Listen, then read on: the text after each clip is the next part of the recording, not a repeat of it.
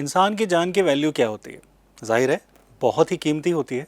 इसीलिए इसे बचाना, सुरक्षित रखना बहुत ज़रूरी है, खासकर तब जब ये जान सड़क पर हो। आईसेक स्टूडियोज़ में मैं संदीप आप सभी का स्वागत करता हूं और हमारे इस कार्यक्रम में जहां ख़ास तौर पर हम रोड सेफ्टी के बारे में बात करेंगे, इसलिए करेंगे क्योंकि यूनाइटेड नेशंस ने अभी हाल ही में स्टॉकहोम डिक्लेरेशन में ये बोला कि ये जो पूरा जो दशक है हमारा 2021 से लेकर 2030 तक का, इसे रोड सेफ्टी के लिए हम डेडिकेट कर रहे हैं। और अगर वो इस चीज़ को लेकर चिंतित हैं तो जाहिर है हमें भी इस बारे में सोचना पड़ेगा। इसलिए सोचना पड़ेगा क्योंकि हमारे देश में हर साल या कहें कि हर दिन अगर आप देखें तो लगभग 474 लोग अपनी जान सड़कों पे दे रहे हैं। ये कुछ ऐसा ही है कि पूरा भरा हुआ प्लेन, इंसानों से बड़ा प्लेन हम खो दे रहे हैं। इसलिए आज हमारे स्टूडियो में इस पर बात करने के लिए हमारे साथ एक ऐसी शख्सियत हैं जिन्होंने पिछले 8-10 साल डिज़ास्टर मैनेजमेंट, रोड सेफ्टी और इससे सुरक्षित रहने के लिए जो प्रशिक्षण ज़रूरी होता है उसे देते हुए, लोगों को समझाते हुए अपना जीवन जिन्होंने व्यतीत किया है पिछले 8-10 सालों में, वो हमारे बीच आज हमारे स्टूडियोज़ में हैं। तो आइए स्वागत करें मिस्टर अमित कुमार दधीच जी का, जो कि हमारे साथ राइजिंग आर्यवर्त वेलफेयर सोसाइटी की तरफ से हैं, यानी कि रॉस की तरफ से हैं, और बीते 8 वर्षों से भोपाल, मध्य प्रदेश और पूरे देश में disaster management, climate change, women empowerment, health, education और इस तरह की जो सारे सामाजिक मुद्दे हैं उनके ऊपर एक्टिवली काम कर रहे हैं।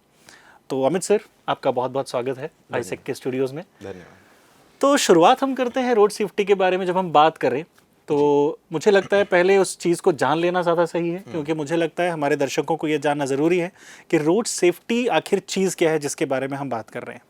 इसके कुछ प्रिंसिपल्स हैं, इसको डिफ़ाइन कैसे करते हैं। तो सर से पहला सवाल यही है कि सर आप ज़रा इसके ऊपर कुछ प्रकाश डालें। बिल्कुल, सबसे पहले बहुत बहुत धन्यवाद आपका यहाँ बुलाने के लिए। खैर, आज हमारा मुद्दा रोड सेफ्टी है, तो मैं बताना चाहूँगा कि रोड सेफ्टी जब हम बोलते हैं तो ये सिर्फ ट्रैफिक नियम फॉलो करना या गाड़ी स्लो चलाना या मोबाइल पे बात करना उतने तक ही सीमित नहीं है। जब हम रोड सेफ्टी की हम बात कर रहे हैं यानी सड़क सुरक्षा, इसका मतलब है वो सारी चीज़ें, वो सारी एक्टिविटी, वो सारे काम जिससे हम जीवन को बचा सकें और जो रोड एक्सीडेंट से इंजरीज है उनको कम से कम कर सकते हैं। तो इसको, दोनों ऑब्जेक्टिव को अचीव करने के लिए जितने भी काम पॉसिबल हैं, they all comes under road safety and that is road safety. जो आपने मुझसे दूसरी सवाल पूछा कि प्रिंसिपल क्या है, सिद्धांत क्या है सड़क सुरक्षा के, तो बेसिकली रोड सेफ्टी में 4 E's ऑफ रोड सेफ्टी बोला जाता है। 4 E इसके अंदर आते हैं। पहला E होता है आपका इंजीनियरिंग, दूसरा E होता है एनफोर्समेंट, तीसरा E होता है एजुकेशन और चौथा E होता है हमारा इमरजेंसी केयर। अब एक एक करके चारों पे हम बात कर लेते हैं। पहला बात करता हूँ मैं इंजीनियरिंग की, कि 4 E में जो एक E है दैट इज़ इंजीनियरिंग, वो क्या बोलता है? इंजीनियरिंग बोलता है कि कोई भी जब हम रोड डिज़ाइन कर रहे हैं तो वो कैसा डिज़ाइन होना चाहिए जिससे कम हमारे रोड एक्सीडेंट्स हो, कम से कम हमारा इंजरीज हो। उसका डिज़ाइन, उसका कर्व, वहाँ पे साइनेजेस कैसे होने चाहिए, कहाँ पे फ्लाईओवर बनना चाहिए, कहाँ अंडरपास जाना चाहिए, कहाँ पे कट नहीं होना चाहिए। तो ये सारी चीज़ें जितनी भी आती है, इवन आपका ऑटोमोबाइल का डिज़ाइन भी, जो हमारे ऑटोमोबाइल मैन्युफैक्चरर्स हैं वो भी अगर कोई कार, कोई बाइक या कोई कार डिज़ाइन कर रहे हैं तो वो ऐसी डिज़ाइन कर रहे हैं कि जो कम से कम जिससे रोड एक्सीडेंट होने की संभावनाएं हो। That all comes under road engineering. तो एक ही हमारा ये होता है। अब दूसरे पे आते हैं एनफोर्समेंट। एनफोर्समेंट मतलब वो सारी आपके लॉ, नियम, कायदे, कानून, लीगल चीज़ें, पेनल्टीज़, वो सारी इसके अंदर आती हैं। जो आपके ministry of road transport and highway द्वारा जो भी डिक्लेरेशन बीच बीच में आते रहते हैं, लेटर्स आते रहते हैं कि अब से फाइन इतना होगा, आप हेलमेट नहीं पहनेंगे तो इतना होगा, तो वो वाला जो पार्ट है वो एनफोर्समेंट के अंदर आता है। आप सड़क पे चलते हैं, आपको पुलिस वाले मिलते हैं, ट्रैफिक पुलिस वाले आप पे फाइन लगाते हैं, तो ये सारी चीज़ें एनफोर्समेंट में आती हैं। तीसरा वाला पार्ट है एजुकेशन, और ये बहुत ही महत्वपूर्ण है। यहाँ हमारी एजुकेशन काम करती है कि हमारे जो स्कूल है, कॉलेजेस हैं, हमारे अवेयरनेस कैंपेन्स है, वो हम कैसे कर रहे हैं, कितने कर रहे हैं, बच्चों को क्या बताया जा रहा है, क्या एजुकेट किया जा रहा है, क्या वो ट्रेन हो रहे हैं इस सब्जेक्ट के ऊपर, वो सारी चीज़ें हमारे इस 3rd E के अंदर आती है। और last but not the least आपका इमरजेंसी केयर, कि अगर कोई रोड एक्सीडेंट हो जाता है मान लीजिए, तो उसके बाद क्या, तो वहाँ पे हमारे इमरजेंसी केयर है, आपकी एम्बुलेंस सर्विसेज है ना, आपके जो मेडिकल प्रोफेशनल है वो कितने ट्रेंड है, आपका आम आदमी एक बेसिक रोड एक्सीडेंट के बाद क्या सीपीआर दे सकता है कि नहीं, क्या उसको एक बेसिक फर्स्ट एड आता है कि नहीं, ये सारी चीज़ें पोस्ट केयर जो है एक्सीडेंट होने के बाद में that comes under emergency care. तो उसको उसका जो गोल्डन आवर होता है एक्सीडेंट होने के बाद, जो आपका व्यक्ति है उसके हॉस्पिटल पहुंचने तक का जो समय है that is called golden hours, उसको कम से कम हमें करना है और उसका यूटिलाइजेशन ज़्यादा से ज़्यादा करना है। गवर्नमेंट का फोकस उस पर रहता है। तो ये 4 ही जब हमारे कंप्लीट होंगे तब हम बोल सकते हैं कि हमारे भारत में एक परफेक्ट रोड सेफ्टी का एग्जाम्पल हम सेट कर सकते हैं। जैसा आपने सर बताया कि हमारे 4 ईज बहुत ज़रूरी हैं। जी मुझे लगता है कि अगर हम इन ईज को ही अगर स्टेट कर लें, एड्रेस कर लें ढंग से, अच्छे तरीके से, तो शायद बात बन जाएगी। आप ज़रा हमें इस तरफ ले जाएं कि इन ईज में इंडिविजुअली प्रॉब्लम कहाँ है, ओके ताकि हम बात कर पाएँ कि अगर इनके इंडिविजुअल प्रॉब्लम्स हम सही तरह से समझ जाएं तो शायद हम समझ जाएंगे कि फिर इनमें सुधार कैसे किए जा सकते हैं। तो मैं चाहूँगा आप हमें इन्हीं ईज के प्रॉब्लम्स और फिर उनके सॉल्यूशंस की तरफ ले जाएं। तो पहली बात हम शुरुआत करते हैं इंजीनियरिंग से ही कर लेते हैं। तो अभी हम भोपाल में बैठे हैं, भोपाल की ही बात करते हैं। आप भोपाल में ट्रैवल करते हैं, ऑफिस आते हैं, मार्केट जाते हैं, आपने बहुत सारे ऐसे डिज़ाइन देखे होंगे, आपके मन में ही आया होगा ये कट यहाँ क्यों बना है, बिल्कुल, है ना। या फिर हम फ्लाईओवर से उतर रहे हैं तो ये रोड में से गाड़ियाँ क्यों क्रॉस कर रही हैं, अभी तो हम स्पीड से उतर रहे हैं और ये गाड़ियाँ क्रॉस कर रही हैं। तो ये आप एक आम आदमी के भी मन में आता है। तो सोचिए कि जो डिज़ाइनर है जिसने डिज़ाइन किया है उसने पहली गलती तो वहीं कर दी। तो सबसे बड़ा इंपॉर्टेंट मुद्दा ये है कि हमारे जो रोड सेफ्टी जो डिज़ाइन कर रहे हैं रोड्स को, जो सिविल इंजीनियर्स हैं या एक्सपर्ट्स हैं, तो वो कैसे ही अनदेखी कर सकते हैं, कैसे लोगों को ज़्यादा मरने के लिए हम छोड़ सकते हैं।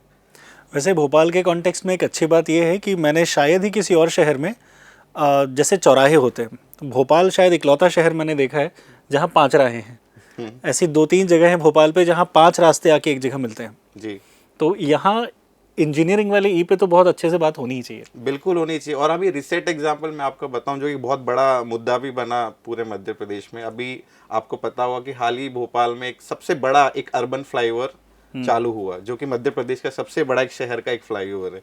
और जब वो लॉन्च हुआ उसी दिन ही उसके डिजाइन में फॉल्ट अगले दिन ही पेपर में आ गया कि उसका डिजाइन छोटा था, जो आपकी रोड है वो बहुत बम्पी थी, वहाँ पे गाड़ियाँ उछल रही हैं, प्लस एक पॉइंट वहाँ पे ऐसा दिया जहाँ से 2 रोड निकल रहे हैं। तो अब आप ये खुद ही सोच सकते हैं कि 2 रोड निकल रहे हैं, गाड़ियां आएंगी तो वहां तो मिसमैच तो होना ही है। आपने वहां कोई लाइट नहीं लगाई, कुछ नहीं लगाया, तो वहां तो रोड वो एक ब्लैक स्पॉट बनना तय है। तो अगर हम ऐसी डिजाइन ऐसे इंफ्रास्ट्रक्चर हम बनाएंगे तो डेफिनेटली ये तो पक्का है कि रोड एक्सीडेंट होने स्वाभाविक है और लोगों की जान जाना स्वाभाविक है। तो सर ये इंजीनियरिंग वाले अगर ई में कोई प्रॉब्लम है तो इसकी जिम्मेदारी कौन लेता है? यहाँ गवर्नमेंट की जिम्मेदारी होती है ऑब्वियसली, क्योंकि वो बना रहे हैं, वो बना रहे हैं। जो पैनल पूरी बैठी हुई है, जो एक्सपर्ट कमेटी बैठी, वो कैसे अप्रूव कर रही है डिजाइन, ये तो अंडरस्टूड। एक आम आदमी जब समझ पा रहा है तो वहां तो हमारे एक्सपर्ट लोग बैठे हुए हैं, हमारे डिसीजन मेकर्स बैठे हुए हैं, हमारे ब्यूरोक्रेट्स बैठे हुए हैं, उनकी नजरों के सामने उनको क्यों नहीं दिख रहा है, वो क्यों ऐसे डिजाइन को अप्रूव कर रहे हैं। और दूसरी चीज, एक इंजीनियरिंग पार्ट ये हो गया डिजाइन का। रोड सेफ्टी ऑडिट एक बहुत अच्छी चीज़ होती है, अगर आपने सुना होगा। जैसे हमारा फाइनेंशियल ऑडिट होता है हर एक फाइनेंशियल ईयर कंप्लीट होने के बाद में, फायर सेफ्टी ऑडिट होता है बिल्डिंग का, इसी तरीके से एक रोड सेफ्टी ऑडिट होता है। और मैं आपको मध्य प्रदेश का बता दूं, जो एक लास्ट रिपोर्ट मैंने देखी थी IIT दिल्ली की, तो मध्य प्रदेश में जितनी भी सड़कें हैं, चाहे वो 2 लेन हो, 4 लेन हो, एक्सप्रेस वे तो अभी हमारे यहाँ है नहीं, उसमें से सिर्फ 10% सड़कों का ही रोड सेफ्टी ऑडिट हुआ है। तो आप सोचिए कि ऑडिट कितनी इंपॉर्टेंट चीज़ है। ऑडिट ही तो हमें बताती है कि कमी क्या है। अब कमी ही हमें पता नहीं तो हम तो बनाते जा रहे हैं, बनाते जा रहे हैं, बनाते जा रहे हैं, कमियां ही पता नहीं है हमें। इसलिए आप देख रहे हैं कि मध्य प्रदेश सेकंड नंबर पे चल रहा है, कभी 3rd नंबर पे चल रहा है, जो कि बिल्कुल अच्छी बात नहीं है। बिल्कुल, इन रैंकिंग से समझ में आता है। जैसे कि मैंने एक रिपोर्ट देखी, ट्रांसपोर्टेशन रिसर्च और इंजरी प्रिवेंशन जो हमारा सेंटर है जी वो छापती है, उसने अभी छापी एक report sir, status report on road safety in India 2024। जी उसके स्टैटिस्टिक्स कुछ ऐसे ही खतरनाक टाइप के जो आप बता रहे हैं कि ऑडिट्स नहीं हो रहे हैं। इनफैक्ट एक बहुत बढ़िया स्टैट मुझे ये मिला कि दुनिया के 10% रोड एक्सीडेंट्स हमारे देश में हो रहे हैं, जबकि गाड़ियाँ सिर्फ 1% है हमारे देश में। तो कुछ तो गलत हो रहा है, और इसमें सिर्फ नागरिक भी शामिल नहीं है, सरकार की भी उतनी ही जिम्मेदारी बनती है। आपके इंजीनियरिंग वाली इसे ये तो समझ में आ रहा है। इसको ठीक कैसे किया जा सकता है सर? क्या सिटीजन्स के हाथ में है या सरकार ही है जिस पे हमको डिपेंडेंट रहना है? नहीं, ऐसा तो मैं बिल्कुल नहीं बोलूँगा कि सरकार पे ही हमें निर्भर रहना है, क्योंकि सरकार बेसिकली आपके लिए ही काम कर रही है। ऑब्वियसली मिस्टेक सबसे होती है, लेकिन कंप्लीटली मैं बोलूँ कि गवर्नमेंट इसके लिए रिस्पॉन्सिबल है तो बिल्कुल भी नहीं। इसके लिए सबसे बड़ा जो मुझे ओवरऑल मैंने एनालिसिस किया हमारे इस कार्यकाल के दौरान, और जो भी मैंने जितना भी काम किया है, प्रोजेक्ट्स किए हैं, तो मुझे जो अगर एक ग्रास रूट पर मैं अगर जाऊँ, इसके बिल्कुल डीप में, प्रॉब्लम के जड़ में, तो पता चलती है कि प्रॉब्लम तो हम में ही है, एक आम आदमी में। अभी हम 4 E's की बात कर रहे थे, इंजीनियरिंग पार्ट, उसमें एक एजुकेशन भी आता है। मेरे को वहाँ सबसे बड़ी कमी दिखती है। कमी ये चालू होती है पेरेंटिंग से। मैं अपना स्वयं का उदाहरण देता हूँ। जब मैं 18+ होने वाला था तो मैं अपने मम्मी पापा से, ऑब्वियसली ये बात मैं बहुत पुरानी कर रहा हूँ, जिद करने लग गया। उस समय हीरो पुक चला करती थी, तो मैंने जिद किया, मैंने कहा पापा मेरे मार्क्स अच्छे आ गए, हीरो पुक। पापा ने बोला 18 का होगा तो लाइसेंस बनेगा, मैं तभी दिलाऊंगा। अब आप देखिए पेरेंटिंग, यहाँ पे स्ट्रिक्ट थे वो एकदम। तो उन्होंने एज क्या आधा है कि भाई लीगल एज क्या है गाड़ी ड्राइव करने की, और वो भी जब आपका ड्राइविंग लाइसेंस बनेगा। जिस दिन उन्होंने मेरा बना, उन्होंने मेरे को हीरो पुक दिलाई। और जिस दिन हीरो पुक मैं शोरूम से लेने गया, वो सीधा मुझे लेके गए हेलमेट की शॉप पे, क्योंकि ये उनकी दूसरी शर्त थी कि गाड़ी तू तब चलाएगा जब तू हेलमेट पहनेगा। तो ये जो बचपन से मेरे दिमाग में गया, प्लस मैंने अपने फादर को बचपन से हेलमेट पहनते हुए देखा है, तो मुझे ये तो पता चल गया बचपन से, ये एक ऐसी चीज़ है कि पापा जब बैठेंगे या गाड़ी चलाते हैं तो ये तो पहनना जरूरी है। मुझे नहीं पता क्या है वो बचपन, लेकिन मैं देखता आ रहा हूँ, तो वो घुस गया मेरे ब्रेन में, वो आपके एजुकेशन का हिस्सा बन गया। बन गया। ये चीज़ मैं आजकल देखता हूँ, ये बहुत मिसिंग है। मैं पेरेंट्स को देखता हूँ कि अपनी फैमिली को लेके 2 व्हीलर्स पे चल रहे हैं लेकिन हेलमेट नहीं पहने हुए। तो आप कैसे एक्सपेक्ट कर सकते हो कि आपका बच्चा भी आगे जाके पहनेगा? या फिर पेरेंट्स 18- बच्चों को गाड़ियाँ दे देते हैं और फिर उनके एक्सीडेंट हो जाते हैं तो बाद में रोते हैं। तो शुरुआत तो हमारे घर से हो रही है। लीगल कंप्लाइंसेस एंड इंजीनियरिंग ये सब बाद में है, पहले तो यहाँ है सबसे बड़ा फॉल्ट। तो हाउस होल्ड लेवल पे ये एजुकेशन वाला पार्ट बहुत ज़रूरी है, ये समझ में आती है बात। मुझे सर ये बताएं कि फॉर्मल एजुकेशन सिस्टम जो हमारा है उसमें रोड सेफ्टी का कितना स्थान है? रोड सेफ्टी को स्थान मिला है, ये तो अच्छी बात है, लेकिन प्रायोरिटी नहीं मिली है कि उसको एक अच्छे ढंग से प्रैक्टिकली दिखाया जाए, समझाया जाए। कायदे से ये होना चाहिए कि हमारे जो बच्चे हैं उनको एक बार आरटीओ ऑफिस का टूर दौरा कराना चाहिए, टूर कराना चाहिए। इसके अलावा हमारे जो टेस्टिंग ट्रैक्स बने रहते हैं उनका टूर कराना चाहिए। हमारी जो मशीन रहती है, जब हमारा लाइसेंस बनता है, वो क्या क्या क्वेश्चंस करती है, क्या क्या साइनेजेस जो होते हैं उनके मायने क्या क्या है, लोगों को पता ही नहीं, लगे हुए उनको पता नहीं कि ये बोलना क्या चाह रहा है, ये ट्राइंगल क्या है, ये यू क्या है, ऐसे बहुत सारे साइनेजेस होते हैं, अतः होते हैं। तो उनका एक एक्सपोजर होना चाहिए। प्लस जो आरटीओ है उनके साथ में एक डिस्कशन होना चाहिए, उनका क्लासरूम प्रोग्राम में, या अगर कॉलेज में हम हैं तो उनका सेशन होना चाहिए। तो ये बहुत इंपॉर्टेंट है बचपन के अंदर। एजुकेशन और इंजीनियरिंग के अलावा जो आपने एक तीसरा ई बताया, उस पर बात करते हैं। एनफोर्समेंट देखिए, कोई भी चीज़ को कंट्रोल करना, रेगुलेट करना बहुत ज़रूरी है। यहाँ पे हमारा तीसरा ही काम आता है।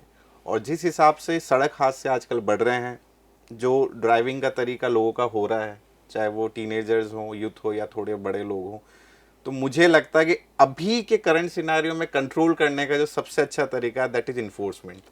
क्योंकि हमने भारत में फ्रीडम को बहुत ही इजीली एकदम समझ लिया है, कैजुअली ले लिया, बहुत कैजुअली ले लिया, और जीवन की कोई वैल्यू ही नहीं, मूल्य ही खत्म हो गया एकदम उसका। लोग मर रहे हैं, लोग देख रहे हैं और जा रहे हैं, गाड़ी चला रहे हैं अपनी, उसके बाद भी नहीं सीख रहे। आप सोचिए, ये एक ऐसा हजार्ड है जो हमें हर दिन देखने को मिल रहा है, चाहे हम सोशल मीडिया देखें, चाहे हम न्यूज़पेपर उठाएं, चाहे हम टीवी पे देखें, हमें रोड एक्सीडेंट की खबरें हर दिन दिख रही हैं। हम उसके बाद भी नहीं समझ रहे, अभी भी नंबर 1 बने हुए हैं पूरे वर्ल्ड में। आपने रॉस के माध्यम से जो कदम उठाए हैं रोड सेफ्टी के लिए, उस पर भी बात होनी ज़रूरी है, क्योंकि मुझे पता चला कि आपने भारत सरकार को अवेयर करने की कोशिश की है जो पिलियन ड्राइवर होता है उसके हेलमेट पहनने के नियम के बारे में। सर, उसके बारे में कुछ ज़रूर बताएं। बिल्कुल। अभी रिसेंटली ही लास्ट वीक की बात है कि हमने एक लेटर लिखा है हमारे माननीय ऑनरेबल कैबिनेट मिनिस्टर को, नितिन गडकरी जी को, और उनको बोला है कि उन्होंने ये तो नियम बना रखे हैं राइडर्स के लिए, लेकिन व्हाट अबाउट पिलियन राइडर जो पीछे बैठा हुआ है, क्या उसकी जान की कोई वैल्यू नहीं है? क्या उसका हेलमेट पहनना जरूरी नहीं है? क्या एक्सीडेंट हुआ तो वो बच जाएगा? क्या वो शक्तिमान है? ऐसा तो बिल्कुल भी नहीं है। तो हमने उसके लिए एक एडवोकेसी के लिए लेटर लिखा है कि उसके लिए भी आप नियम बनाएं और राज्य सरकारें उसको फॉलो करें, क्योंकि ये एक स्टेट सब्जेक्ट होता है इम्प्लीमेंटेशन का। तो इट्स वेरी इंपॉर्टेंट कि गवर्नमेंट उस पर ध्यान दे और पॉलिसी मेकिंग करे, उसको भी उतना ही सीरियस ले।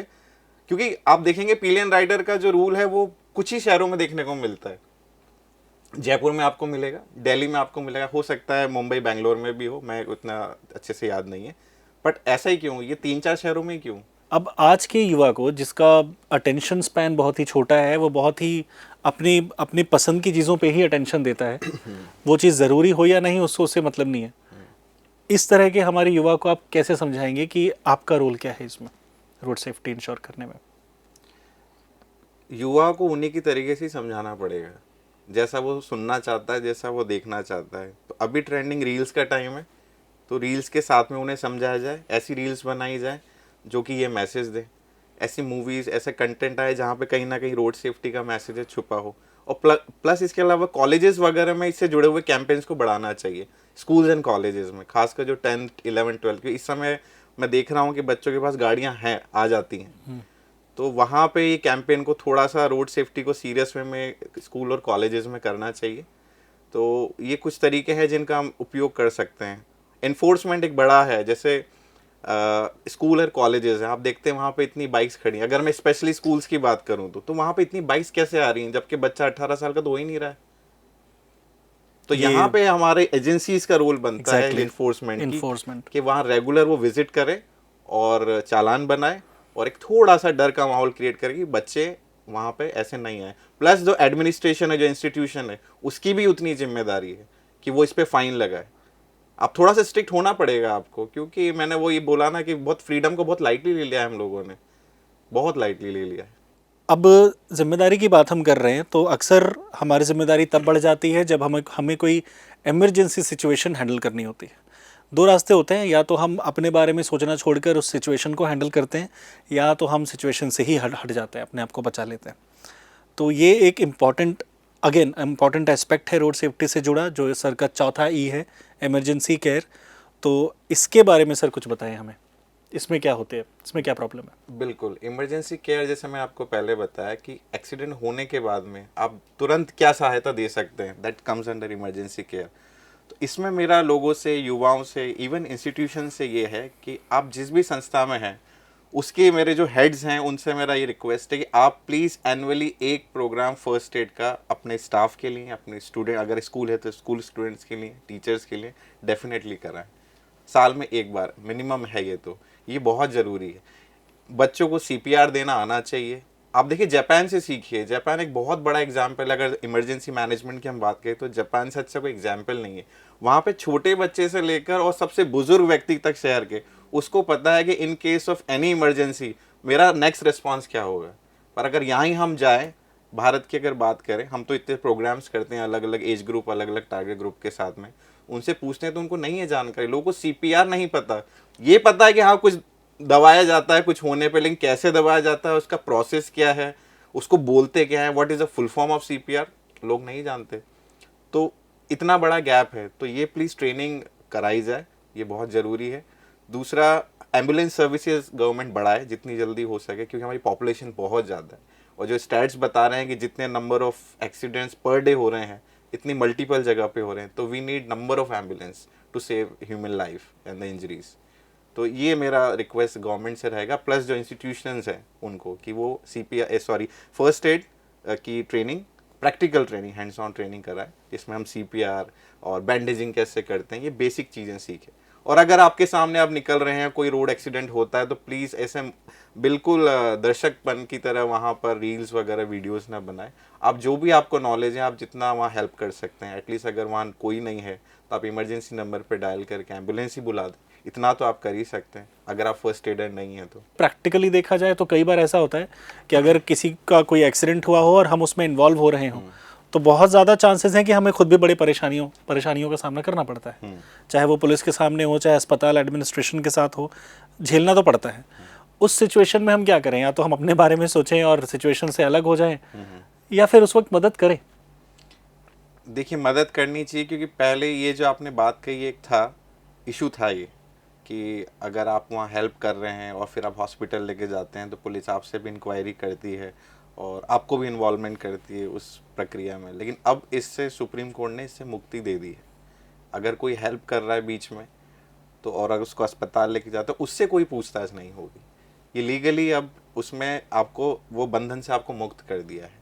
तो ये जानकारी लोगों के मन में अभी भी वही डर है पुराना वाला जो चल रहा है, तो अब वो नहीं है, लीगली है ही नहीं इन्वॉल्वमेंट आपका, बल्कि वो अप्रिशिएट करेंगे आप एक फाइनल कमेंट आपकी तरफ से सर इस बात पे कि बीइंग अ ह्यूमन बीइंग आपका खुद का क्या रिस्पॉन्सिबिलिटी बनती है, आपका नज़रिया कैसा होना चाहिए जब आप सड़क पर हों, जब आप अकेले भी हों, मतलब ऐसी सिचुएशन भी नहीं है कि कोई इन्फोर्समेंट एजेंसी आपके पीछे पड़ी है, ये कुछ ऐसा है कि जब आप सिग्नल पे हो और बत्ती लाल है, वहाँ कोई पुलिस वाला नहीं है, आप चाहें तो निकल जाएं, लेकिन आप फिर भी वहाँ खड़े रहने का डिसीजन लेते हैं जब तक बत्ती हरी ना हो। ये चीज़ हमारे समाज में मिसिंग है, ये हम सब जानते हैं। ये कैसे आ सकती है, इसके ऊपर एक फाइनल कमेंट आप प्लीज़ बताएं सर। अगर आप इस टाइप की बैड प्रैक्टिसेस कर रहे हैं तो आप अपनी जान को आप कम कर रहे हैं या फिर उसको खतरे में डाल रहे हैं। और आपने जो जीवन के अपने सपने देखे हैं कि मैं ये करूँगा आगे भविष्य में, मैं ये स्तर पे जाऊँगा, मैं परिवार के लिए ये करूँगा, तो हो सकता है कि वो सब टूट जाएं, वो सारे सपने आपकी एक छोटी सी भूल के पीछे, क्योंकि आपने हेलमेट नहीं पहना था, क्योंकि आपने ओवर स्पीडिंग करी थी, या आपने ड्रिंक करके गाड़ी चलाई थी, या आपने रूल्स फॉलो नहीं करे थे, या आप उस उम्र के नहीं थे जब आपके पास गाड़ी आनी चाहिए तो आप गाड़ी चला रहे थे। तो ऐसा ना होने दें, इस चीज़ को हमेशा याद रखें। इसमें दूसरी बात मैं और जोड़ना चाहूँगा कि अभी इस समय कंट्री टेररिज्म से जूझ रहा है, बहुत ज़्यादा है ना, चारों तरफ हमारे दुश्मन देश हैं और कुछ ना कुछ ऐसा होता भी रहता है। अभी रिसेंटली एक बहुत बड़ा केस जम्मू कश्मीर में भी हुआ। हमारे सोल्जर्स अपना दायित्व निभा रहे हैं, बॉर्डर्स पर खड़े होकर हमें प्रोटेक्ट कर रहे हैं। इतनी बड़ी जो हज़ार्ड है, इतना बड़ा जो खतरा है टेररिज्म, उससे बचाने के लिए हमको अब उसी तरीके के इंटरनल खतरे की हम बात कर रहे हैं। यहाँ पे रोड एक्सीडेंट्स वो भी कम नहीं है, उससे भी बहुत जाने जा रही है। शायद वॉर में इतनी नहीं जा रही है जितनी हर दिन हमारे यहाँ जा रही है। और उसके लिए as a Indian, as a citizen हमारी क्या जिम्मेदारी बनती है। तो जरा उनसे अपने आप को कंपेयर करके देखें कि हम क्या कंट्री को कंट्रीब्यूट कर रहे हैं, हम क्या इकोनॉमी को हम कंट्रीब्यूट कर रहे हैं, हम एज ए रिस्पॉन्सिबल सिटीजन क्या हम अपना दायित्व को निभा रहे हैं कि नहीं। अगर इतना भी हम सोच लेंगे तो ये बहुत बड़ा कंट्रीब्यूशन होगा इस कंट्री की इकोनॉमी में। क्योंकि हर व्यक्ति ये चाहता है मेरा भारत, जय हिंद भारत बोलता है, बिल्कुल बोलता है, लेकिन क्या उसके लिए हम कुछ एक्ट भी कर रहे हैं कि सिर्फ बोल ही रहे हैं। तो मुझे लगता है कि नेशनलिज्म और plus as a responsible citizen, ये दोनों का अगर कॉम्बिनेशन आपके अंदर आ जाए तो आप तो अच्छा आप सक्सेस करेंगे ही सही, ये देश भी उतनी तेज़ी से सक्सेस करेगा और शायद हम फ्यूचर में कम डेट टोल कर पाएँ और इसमें लेवल पे नीचे आ पाएंगे हम। तो फाइनली बात ये निकल के आती है कि नियम जो होते हैं वो हमें हमारी कैपेबिलिटीज़ चैलेंज करने के लिए नहीं बने होते, ये बने होते हैं हमारी जान बचाने के लिए, हमारी कैपेबिलिटीज़ को बढ़ाने और बरकरार रखने के लिए। और रोड पे सेफ्टी इसलिए ज़रूरी है क्योंकि आपको घर भी तो पहुंचना है। i6 स्टूडियो से मैं संदीप आप सभी का बहुत बहुत धन्यवाद देता हूं और धन्यवाद देता हूं अमित सर का कि यह सर हमारे स्टूडियो में आज आए और हमें इतनी अच्छी सारी बातें बताई। मिलेंगे अगले फिर किसी एपिसोड में एक और नए टॉपिक के साथ। तब तक के लिए अपना ध्यान रखिए। जय हिंद।